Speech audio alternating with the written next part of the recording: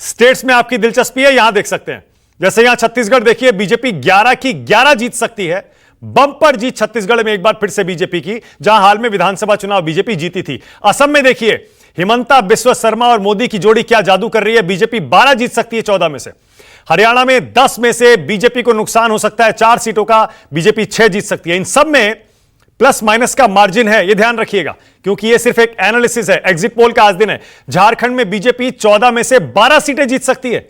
हेमंत सोरेन को हाल में जेल में भेजकर माना जा रहा था जेएमएम को कुछ हमदर्दी मिलेगी, लेकिन ऐसा होता हुआ दिख नहीं रहा।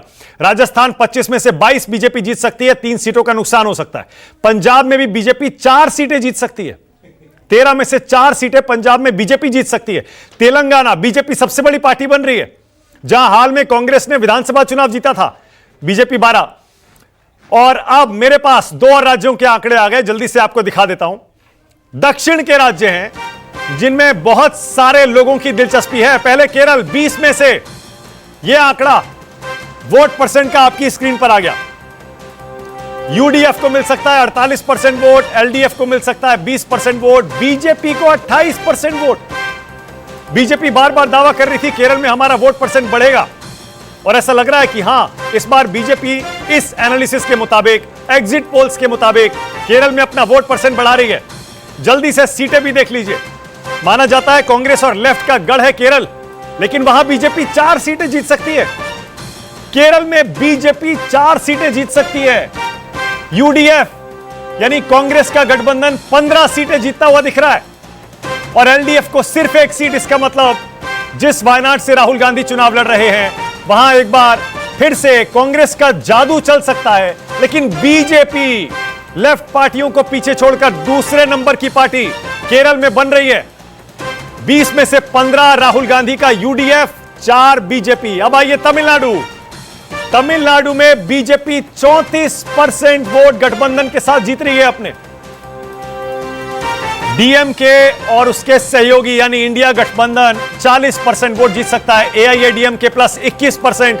लेकिन यहां भी हैरानी की बात है, बीजेपी का गठबंधन तमिलनाडु में वोट परसेंट के मामले में दूसरे नंबर पर। वाकई हैरान करने वाले आंकड़े। और यह आंकड़ा देखिए, 39 में से 29 सीटें इंडिया गठबंधन को और 10 सीटें बीजेपी गठबंधन को। इस आंकड़े पर पता नहीं कितने लोग यकीन करेंगे, मुझे खुद यकीन नहीं हो रहा। जिस तमिलनाडु में माना जा रहा था बीजेपी 1-2 सीट मुश्किल से निकालेगी, जहां पूरा रायता फैला हुआ है।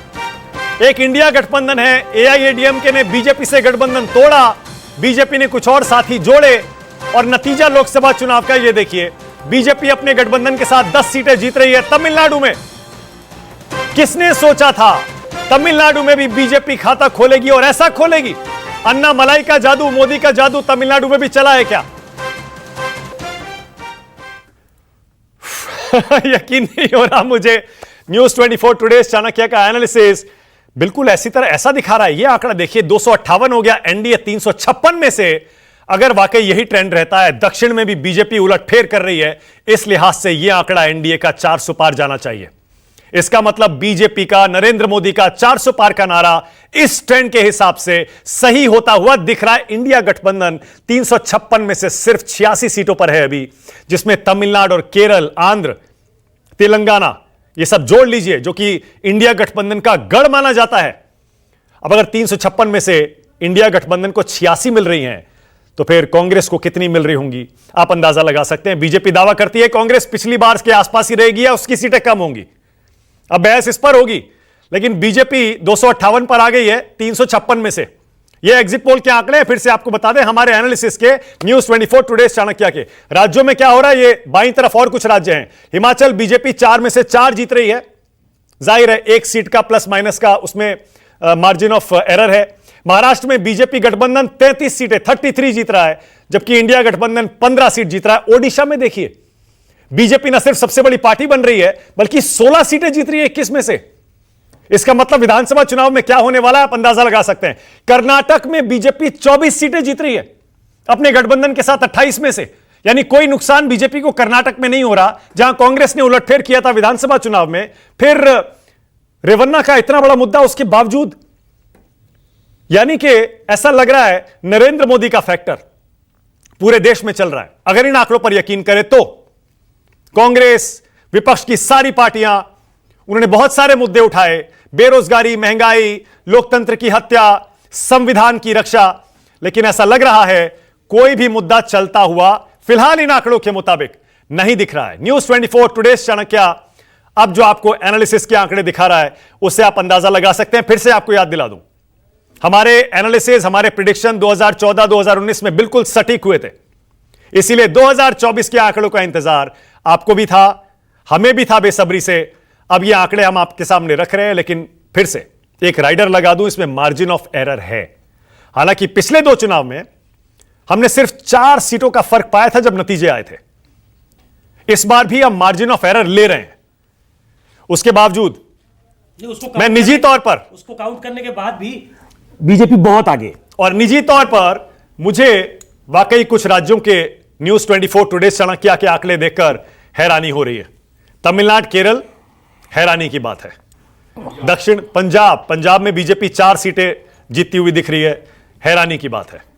लेकिन बीजेपी हैरान करने के लिए मशहूर भी है, न सिर्फ अपने फैसलों से बल्कि कई चुनाव में, लोकसभा में भी और विधानसभा में भी अपने प्रदर्शन से भी चौंकाती आई है। न्यूज 24 टुडेज चाणक्य की इस खास कवरेज में मेरे साथ बीजेपी से अजय आलोक, कांग्रेस से रितु चौधरी, समाजवादी पार्टी से सुनील साजन, जो कह रहे थे उत्तर प्रदेश में इंडिया गठबंधन 50 से ज्यादा सीटें जीतेगा।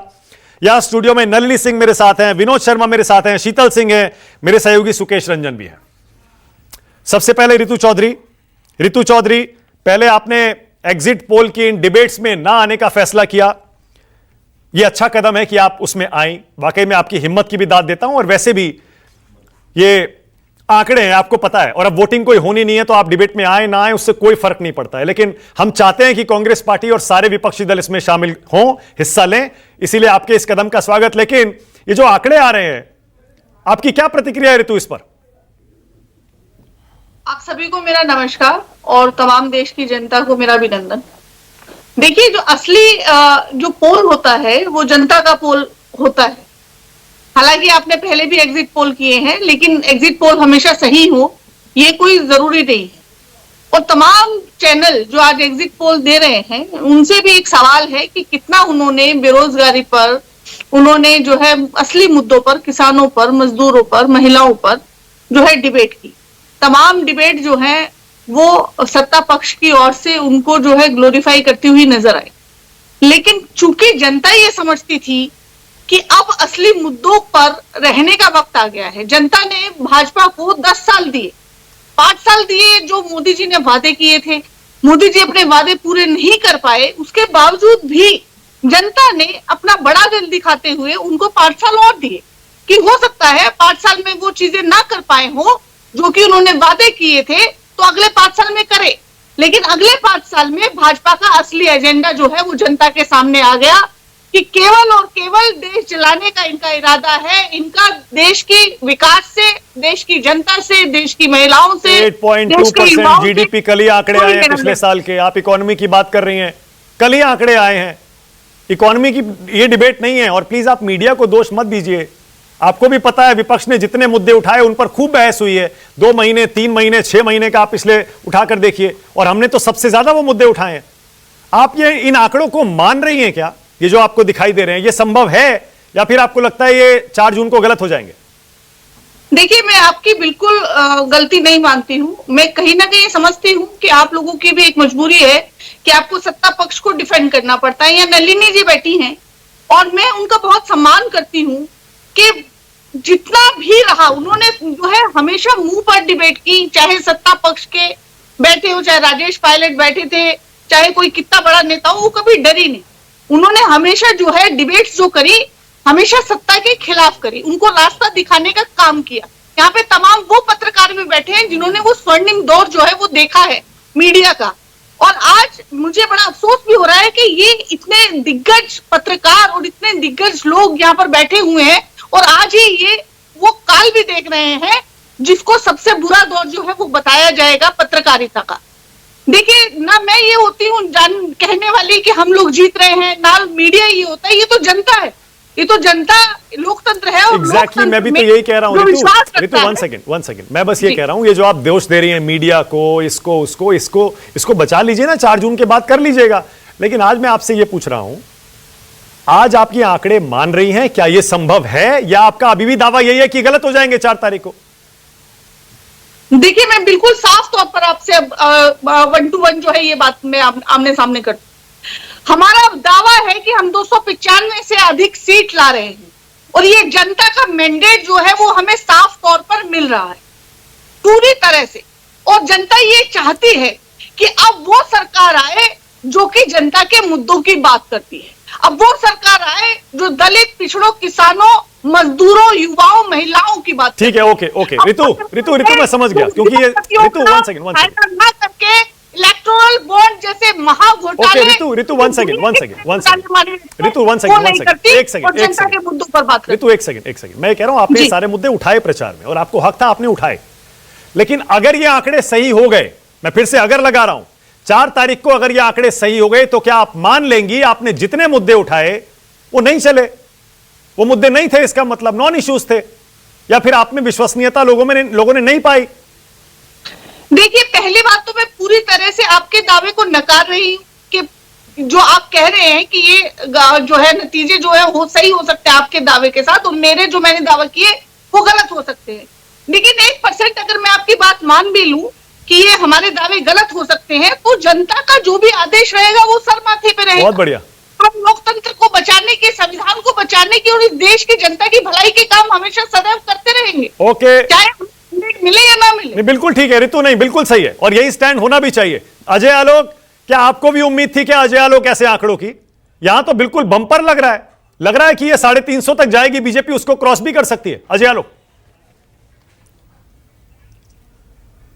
मानक, मैं आपको आप ही के कॉन्क्लेव की याद दिलाता हूं। हम लोग बैठे हुए थे ना कॉन्क्लेव में, और आपने मुझसे पूछा था कि 370 कहां से लाएंगे, कहां से सीटें बढ़ रही हैं, और तब मैंने आपको आंकड़ा गिनवा दिया था। मैं आज भी कह रहा हूं कि 370 नहीं, हम 400 पार भी करेंगे।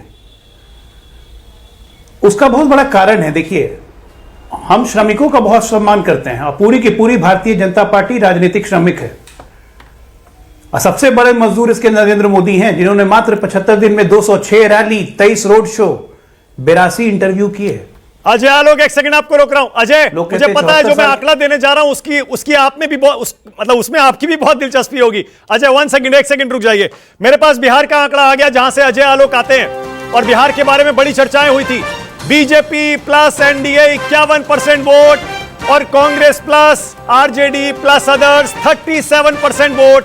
आप इससे अंदाजा लगा लीजिए बिहार में सीटों का क्या होने वाला है। जल्दी से अब सीटें देख लीजिए, 36 सीटें बिहार में BJP plus RJD, BJP plus JDU plus LJP जीत रहे हैं। 36, 36 आउट ऑफ 40। कांग्रेस और आरजेडी को मिलाकर सिर्फ 4।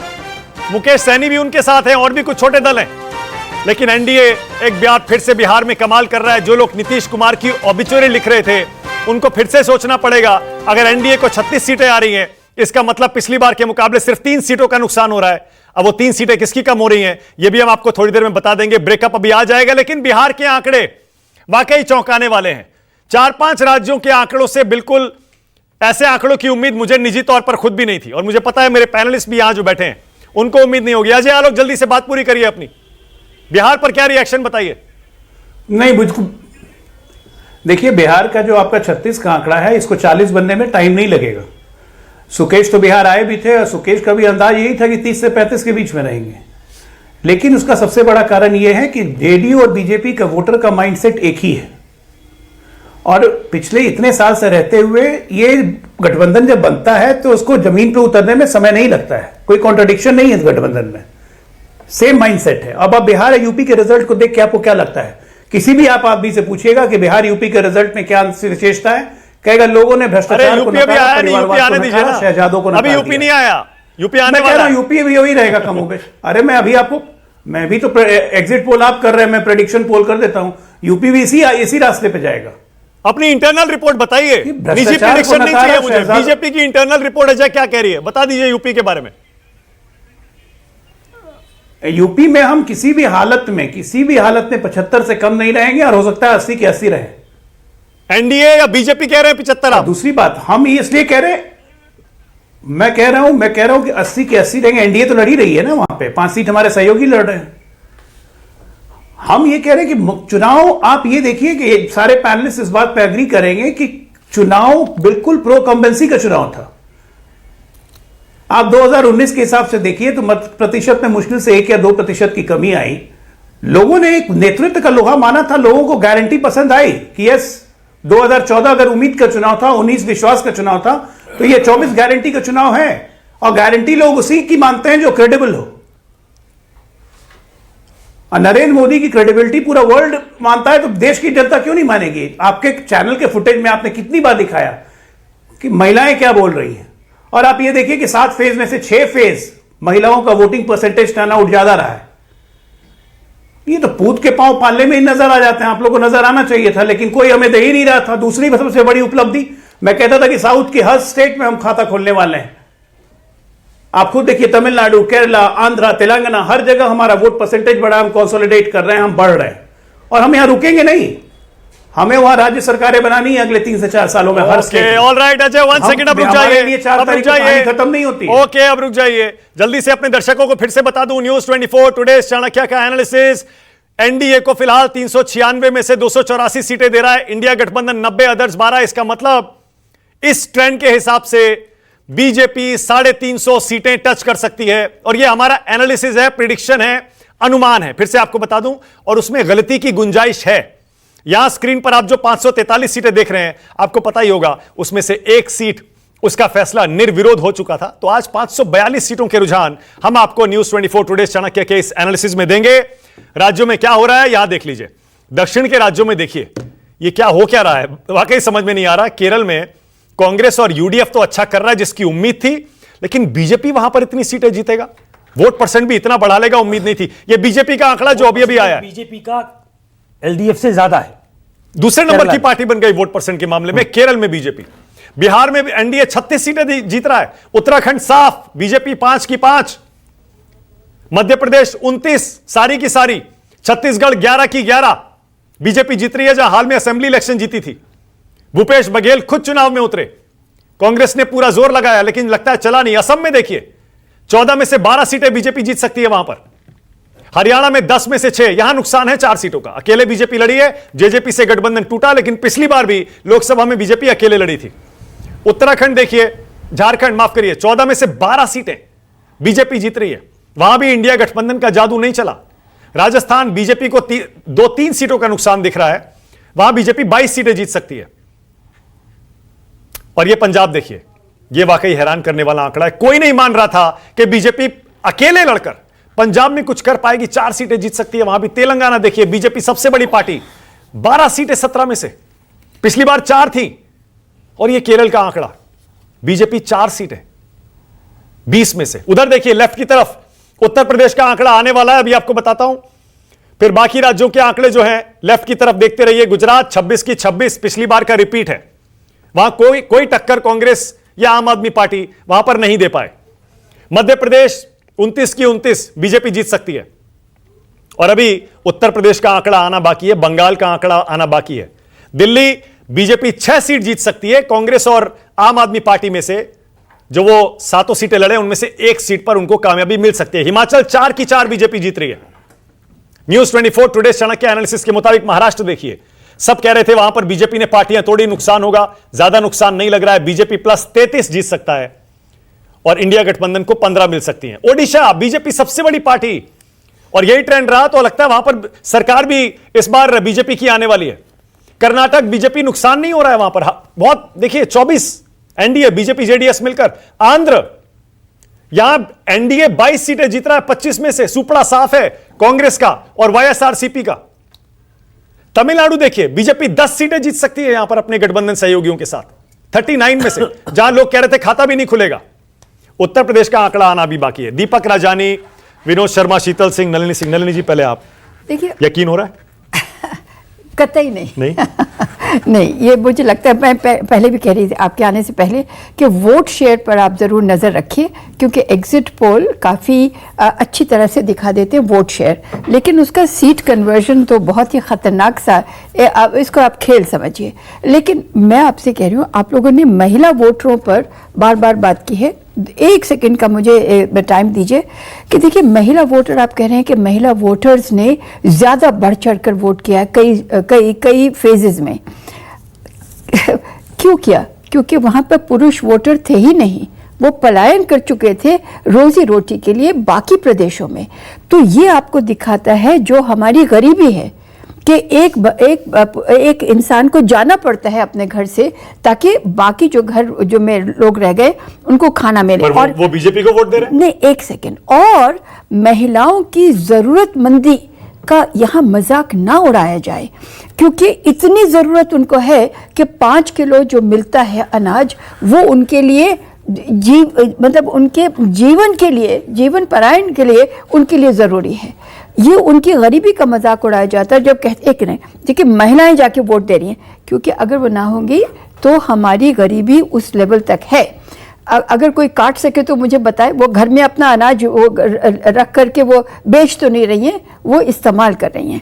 मेरा अब आपसे ये कहना है कि जब हम कहते हैं कि महिलाओं ने अपना मन बना लिया, जिन महिलाओं की आप बात कर रहे हैं वो हैं जहाँ पर सेल्फ हेल्प ग्रुप्स महिलाओं के, जब महिलाएं एक ग्रुप में आ जाती हैं या कोई एनजीओ उनको अच्छी तरह से उनके मतलब के मानस चित्त पे जाके पहुँचती, तब जाकर महिलाएं पुरुषों से अलग वोट करती है। वरना वो तो वैसे ही वोट करती हैं जैसे कि कोई head of the house hold.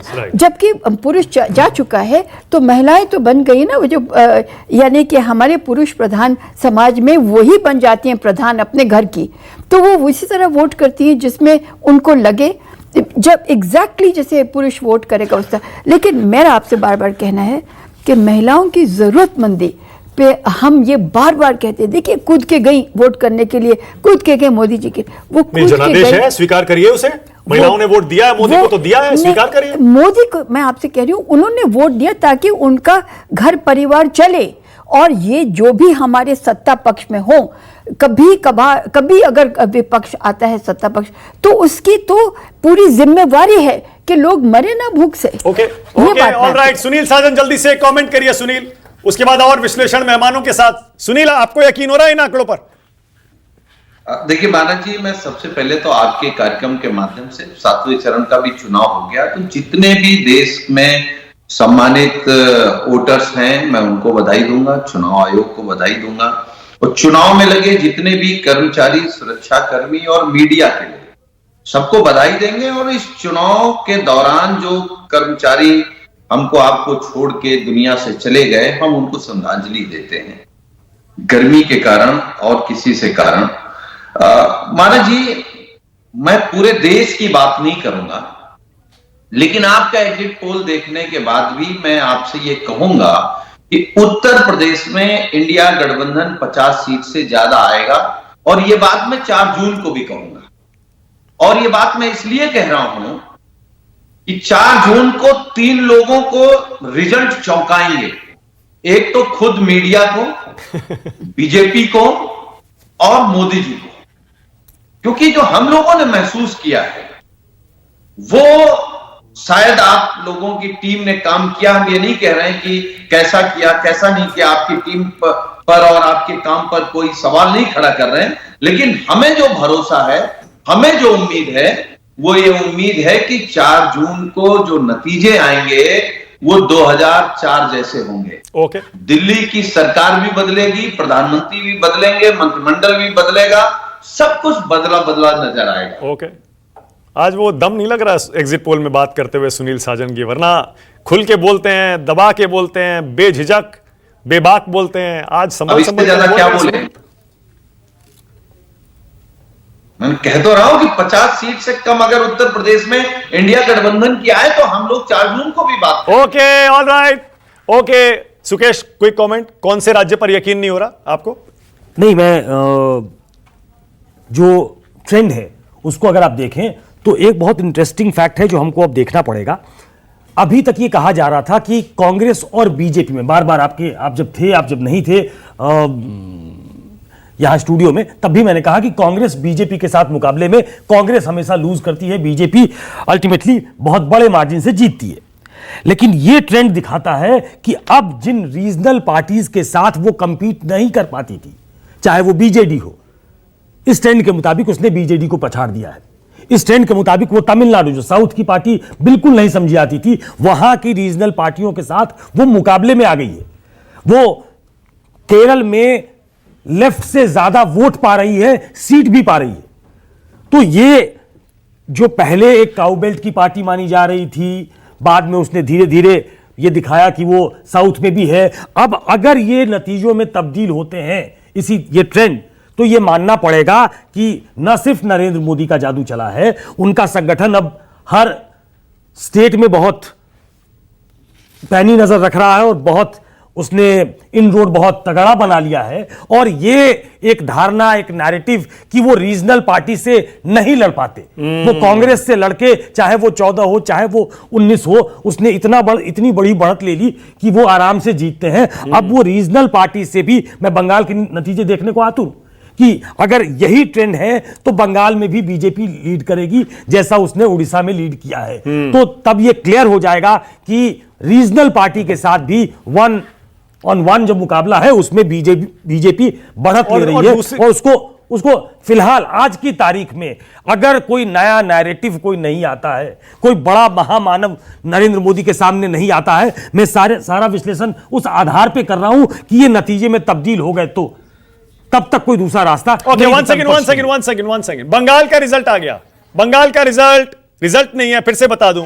News 24 today Chanakya analysis के आंकड़े हैं। पश्चिम बंगाल 42 में से 44% वोट बीजेपी को मिल रहा है।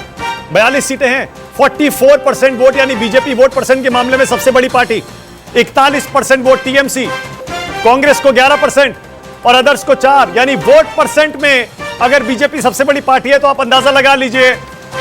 और ये सीटें, बीजेपी 24, टीएमसी 17, कांग्रेस 1 और अदर 0। इसका मतलब पिछली बार से बिल्कुल उलट नतीजा। पिछली बार आपको याद होगा बीजेपी 18 थी, टीएमसी 22 के आसपास थी।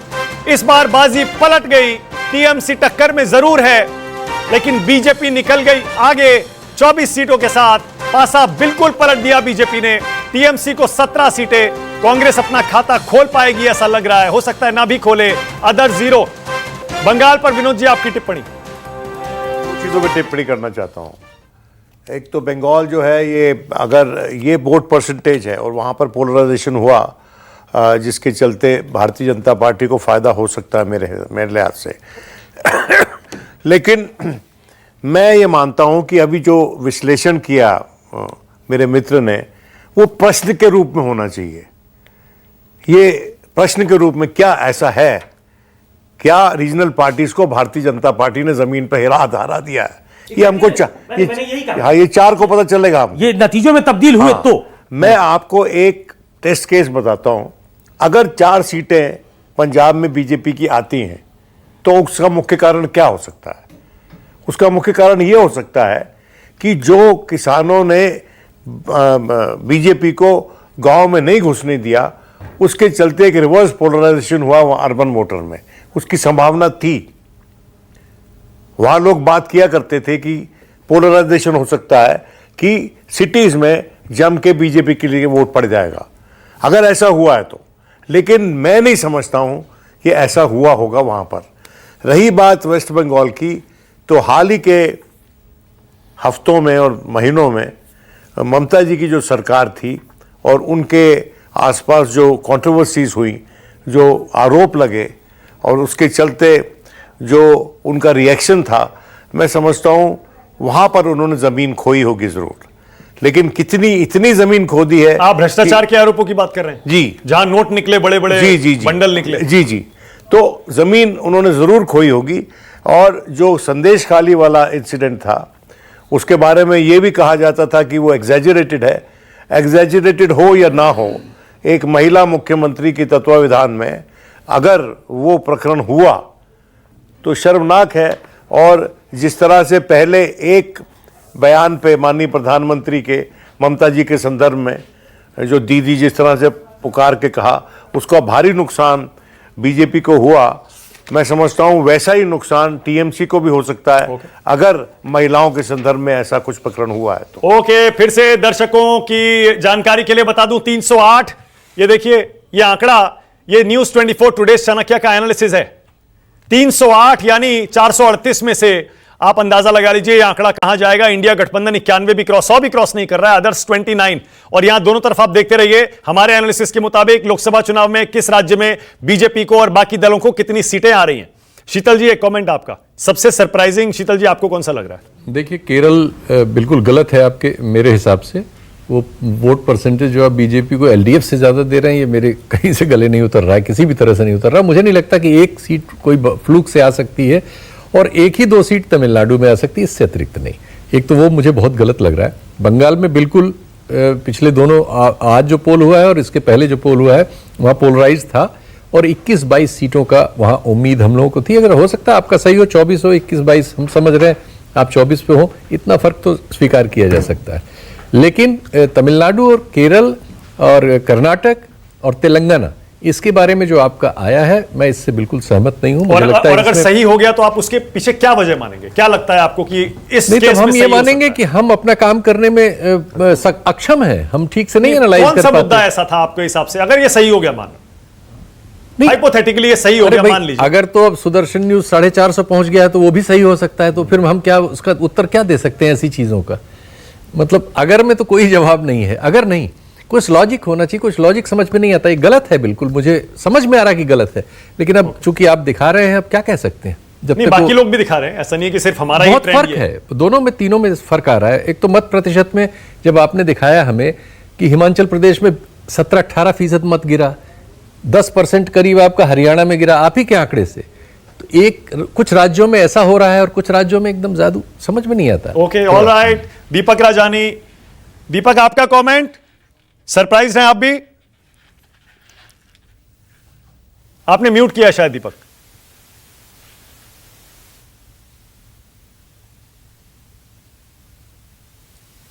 हाँ दीपक बोलिए, सुन पा रहे हैं? अलग पहले ऐसा लगता था कि नतीजे चौंकाने होंगे, तो ये जो रुझान जो आ रहे हैं, जो एग्जिट पोल के जो संकेत आ रहे हैं, अगर ये है तो ये बिल्कुल चौंकाने हैं। क्योंकि पहले ऐसी बातें चल रही थी कि राजस्थान में इतनी सीट गिरेगी, महाराष्ट्र में इंडिया का जादू चलेगा, ऐसा डिस्कशन में चल रहा था। बहुत सारे लोगों को ऐसी उम्मीद नहीं थी, तब लोग ये सब बोल रहे कि 250 के 300 के बीच बीजेपी रुक सकती है, एनडीए जो है वो 400 का पार नहीं कर सकता। ऐसे डिस्कशन चुनाव के पहले होते थे और बातें ऐसी चल रही थी इंडिया गठबंधन की तरफ से कि चौंकाने नतीजे आएंगे, लेकिन ये चौंकाने नतीजे एनडीए की फेवर में जा रहे हैं। अगर ये एग्जिट पोल के संकेत 4 तारीख को सच पड़ते हैं तो डिस्कशन पूरा बदल गया है। मानक जो पहले डिस्कशन था वो चौंकाने वाली बात इंडिया गठबंधन की तरफ की थी, और अभी ये जो है वो पूरा का पूरा रुझान एनडीए गठबंधन की तरफ जा रहा है। ओके, मणिकांत ठाकुर, वरिष्ठ पत्रकार, बिहार की राजधानी पटना से हमारे साथ लाइव हैं। मणिकांत जी, बिहार में जो हम दिखा रहे हैं, आपको लगता है ये होने वाला है या हो सकता है, संभावना है क्या? देखिए, हो तो सकता है कुछ भी, लेकिन थोड़ा चौंकाने वाली बात ये लग रही है कि 10-12 सीटों पर जिस कदर चुनौती दिख रही थी महागठबंधन की तरफ से एनडीए को, उसमें बहुत जो विश्लेषण करने वाले जितने लोग बिहार आए और यहाँ से बाहर गए या यहाँ के लोग थे, सबका यही लग रहा था कि 8 से 10 सीटों पर या 5 से 7 सीटों पर ऐसा मुकाबला है कि आप ये नहीं बता सकते कि ये सीटें किनके हक में जाएंगी। तो आज जो ये आपका जो आया हुआ है, इसमें थोड़ी सी चौंकाने वाली बात ये है कि हम लोग समझ रहे थे कि 7-8 तक हो सकता है कि सीटें खिसक जाएं एनडीए की तरफ से और ये महागठबंधन की तरफ जाए। लेकिन एक बात जो बार बार ये ऐसा मानना तब था जब ये लग रहा था कि जो दिख रहा है वही होगा, लेकिन कुछ ऐसा भी था कि कुछ लोग खामोश थे।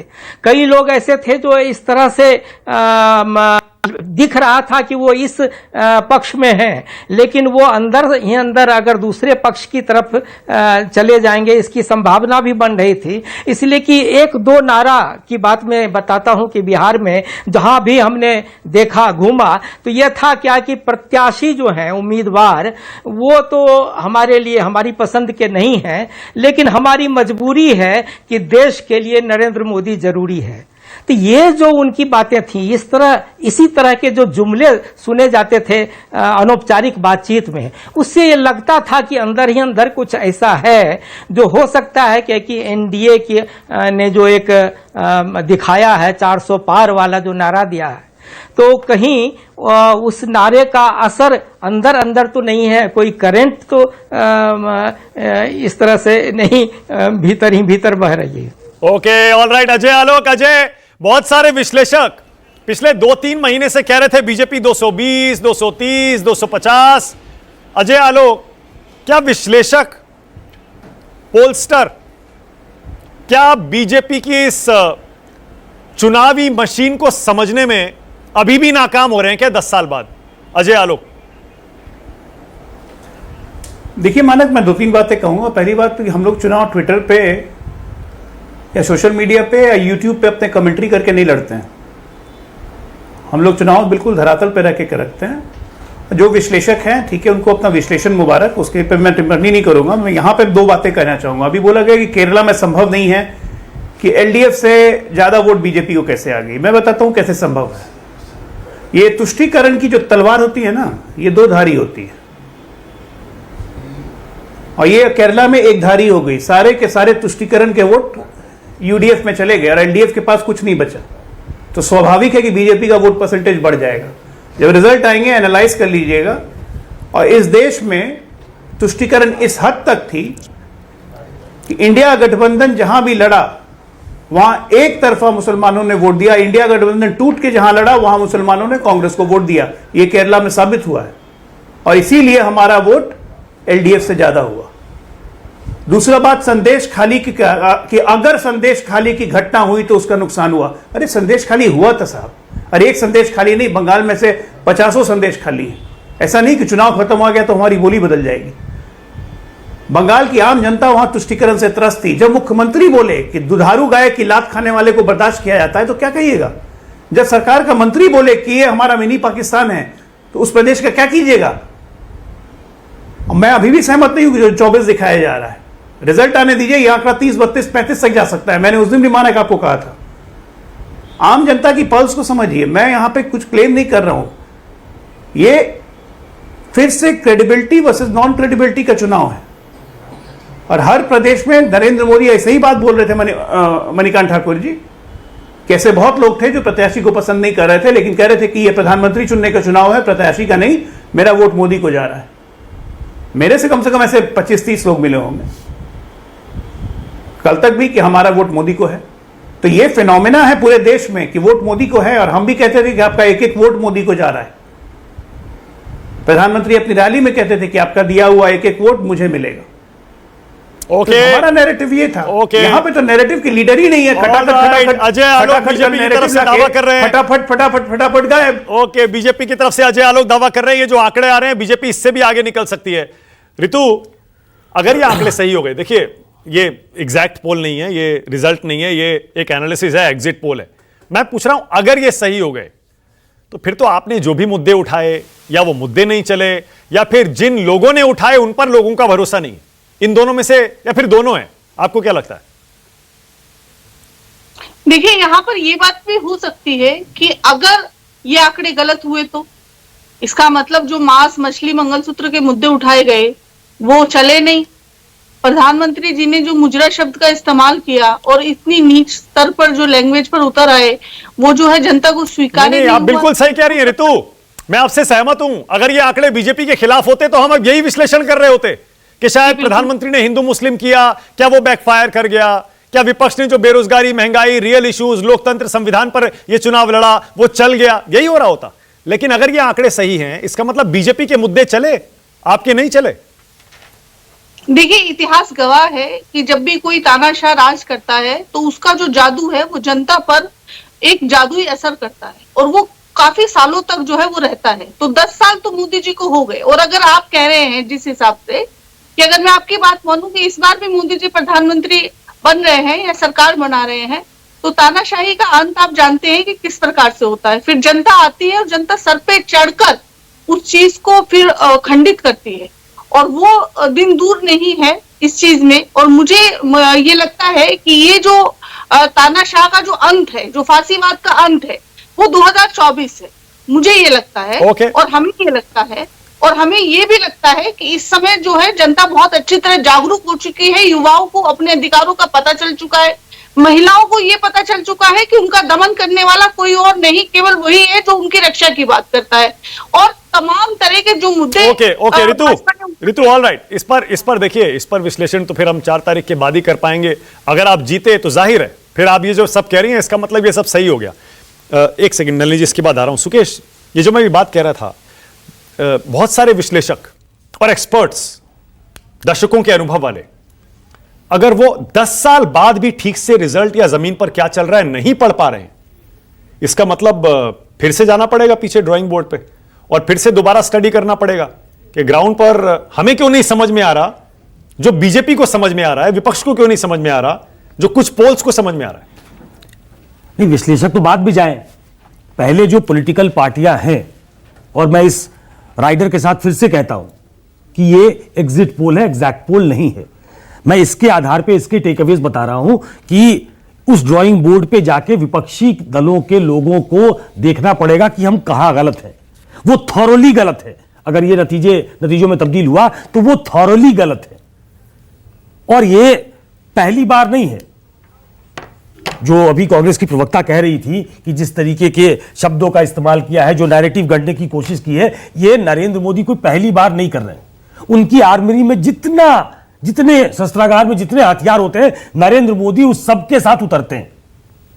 वो महिला वोटरों को अपना बनाते हैं, वो विकास की बात करते हैं, वो तमाम दूसरी बातें करते हैं, लेकिन साथ में हिंदू मुसलमान भी करते हैं। वो आज से नहीं, जब गुजरात के मुख्यमंत्री थे तब भी किया करते थे। वो ऐसी बातें करते हैं जिसको आप कहेंगे कि पोलराइज करने की कोशिश हो रही है। तो बीजेपी, मैंने कहा, साम दाम दंड भेद सब कुछ लगाती है चुनाव में। वो अभी मैंने बार मैं इस शब्द का इस्तेमाल करता हूं, टर्म का, नथिंग सक्सीड्स लाइक सक्सेस। तो अगर वो सफल हो रहे हैं तो उनके तमाम इसको हम बताएंगे कि ये तो मतलब उन्होंने जो इस्तेमाल किया वो चाणक्य नीति जैसा है, और ये जो सफल होता है उसके बारे में कहा जाता है। तो ये जो बीजेपी की अपनी मशीनरी है कि वो सब कुछ लगाते हैं दांव पे। वो अपने बेनिफिशियरी को वोट करने के लिए भी निकालते हैं, उनको एक बड़ा वोटर वर्ग भी बनाते हैं, वो महिलाओं को एक बड़ा वोटर वर्ग बना लेते हैं, वो राष्ट्रवाद और हिंदुत्ववाद की बात करने वाले लोगों को एक नियो नेशनलिज्म का एक नया प्लैंक खड़ा करते हैं और उसके आधार पे अपना वोटर बनाते हैं। वो जो कर रहे हैं उसमें सक्सीड कर रहे हैं। बिल्कुल सही कह रहे हैं। बीजेपी के सामने जो विपक्ष खड़ा है, वो विपक्ष अब ये तय करे, अगर ये नतीजों में तब्दील होता है, कि वो इस देश की राजनीति में कहां फिट बैठता है। वो सिर्फ आइडिया ऑफ इंडिया की बात कर रहा है, क्या इंडिया की साइकी बदल गई है, क्या उसको एक न्यू इंडिया की तरह सोचना पड़ेगा और उस हिसाब से नैरेटिव गढ़ना पड़ेगा। ये सब तब मैं कह रहा हूं, अगर ये नतीजों में तब्दील होते हैं तो ये तमाम चीजों पे उसको इंट्रोस्पेक्ट करना पड़ेगा। सही है। तो इस देश में एक वेव थी जो 19 की तरह थी, जो 14 की तरह थी, शायद 19 से ज्यादा थी। और किसी ने इसकी तरफ इशारा नहीं किया, किसी को वो वेव महसूस नहीं हुई। ये एक मुख्य बात है। तो या तो हमारा देखने का नजरिया गलत है, और या हमको लग रहा है कि जो हम देख रहे हैं आज के दिन वो गलत है। ओके, तो ये 4 तारीख को डिसाइड हो जाएगा कितना गलत है, कौन ज्यादा सही है। ठीक है। और नलिनी जी, इसमें एक चीज और जोड़ दीजिएगा।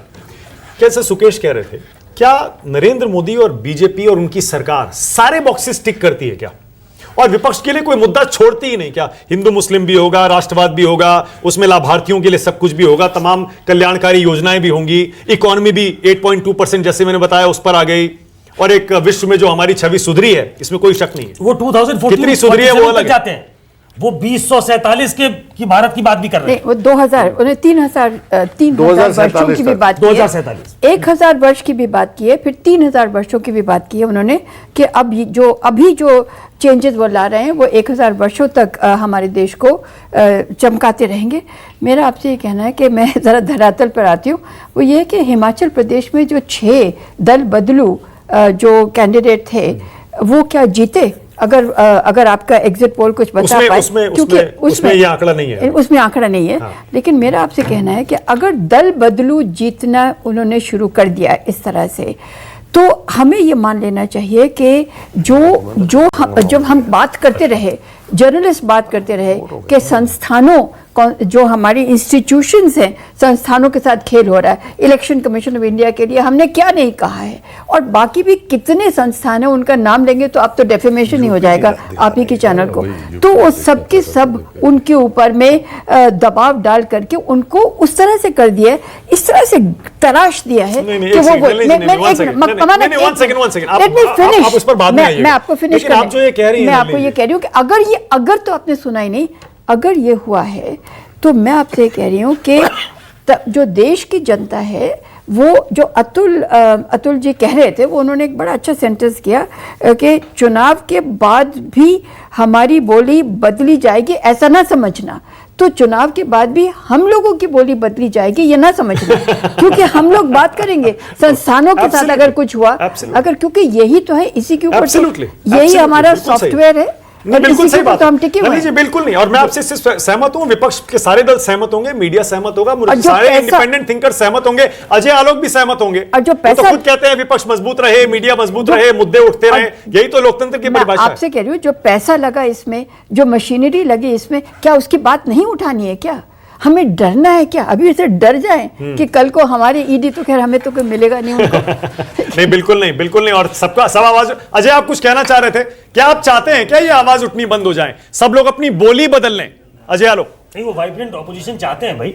नहीं, बिल्कुल नहीं। हम मिलन चाहते हैं कि बोली वैसी रहे, लेकिन बोली में थोड़ा सा लॉजिक भी रहे। नल्ली मैडम की मैं बहुत इज्जत करता हूं, छोटे से देख रहा हूं उनको, लेकिन जब नल्ली मैडम ये कहती हैं कि महिलाओं को वोट देने का मतलब ये नहीं है कि उनको 5 किलो अनाज मिल रहा है और सारी महिलाओं के पति बाहर काम करते हैं, तो इसलिए वो 5 किलो बहुत बड़ा संबल हो जाता है। ऐसे तो नहीं, मुझे आश्चर्य लगता है कि आज भी 2024 में, अभी आपने कहा कि सारी महिलाओं के पति बाहर पलायन कर चुके हैं, इसलिए महिलाएं वोट देती है क्योंकि उन्हें 5 किलो चावल। आश्चर्य क्या आप इस तरह से, अतुल जी, आपके मुंह से निकलना मुझे, अतुल जी, मैं कभी अजय जी, मैं टोकती नहीं हूँ लेकिन मैं आपसे आज माफी मांग के कर रही हूँ। मैंने कहा कि जबकि महिलाओं का वोट शेयर पुरुषों से ज्यादा है, वो इसलिए कई जगहों में, खासकर बिहार में आप देख लीजिए, उत्तर बिहार में देख लीजिए, पुरुषों का पलायन करना उसकी वजह है, पुरुष वहाँ है ही नहीं।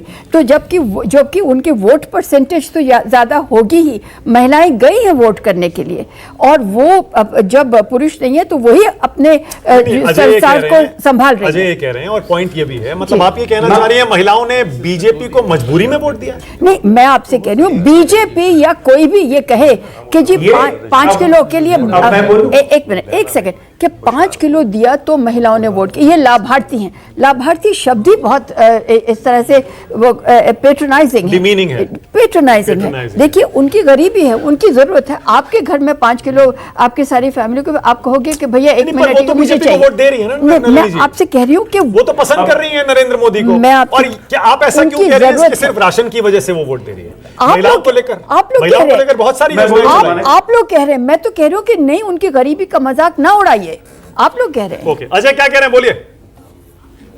मानक, सबसे पहली बात कि 5 किलो राशन में किसी का घर नहीं चलता है, चाहे गरीब हो चाहे अमीर हो।